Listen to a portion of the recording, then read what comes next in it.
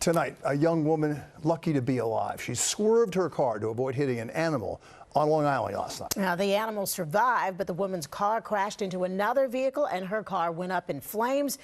That is where the heroic story begins. Good Samaritans rushing to help, including a music teacher. But it turns out it wasn't just any music teacher. Now, this happened last night in the Suffolk County hamlet of Fort Salonga.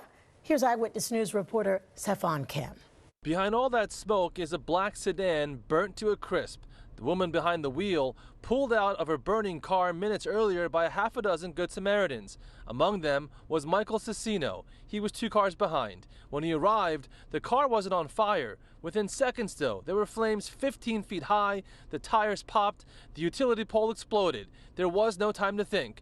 They had to act. We had no choice because the flames were now towards the windshield. We could feel the heat. So Cicino and a neighbor pulled that driver out. And she shared that she was having difficulty breathing, her chest hurt, the airbag had hit her in the face, and that her leg was badly broken. You could start to hear the popping noises, mini explosions.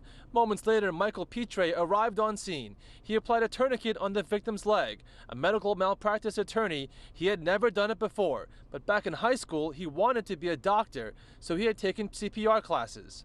Due to the severity of the laceration and the amount of blood loss that there was, my fear was that she was bleeding out and we had to stop the bleeding. Cicino, meanwhile, is a Northport High School orchestra director, and when he asked the victim her name, he recognized her. She was a student from 20 years ago. I'm one of your former teachers. You played the cello. And as soon as I said the word cello, the eyes looked up and she looked at me.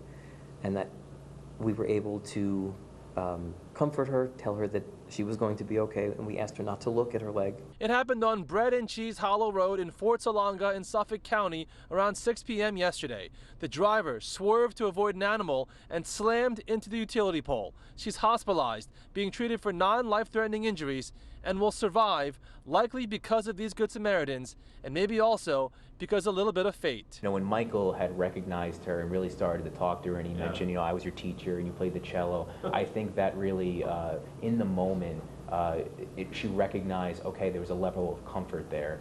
By the way, the victim's mother also works at Northport High School, so Michael sees her every day, but he didn't piece that together until today. In Fort Salonga, CeFaan Kim, Channel 7, Eyewitness News.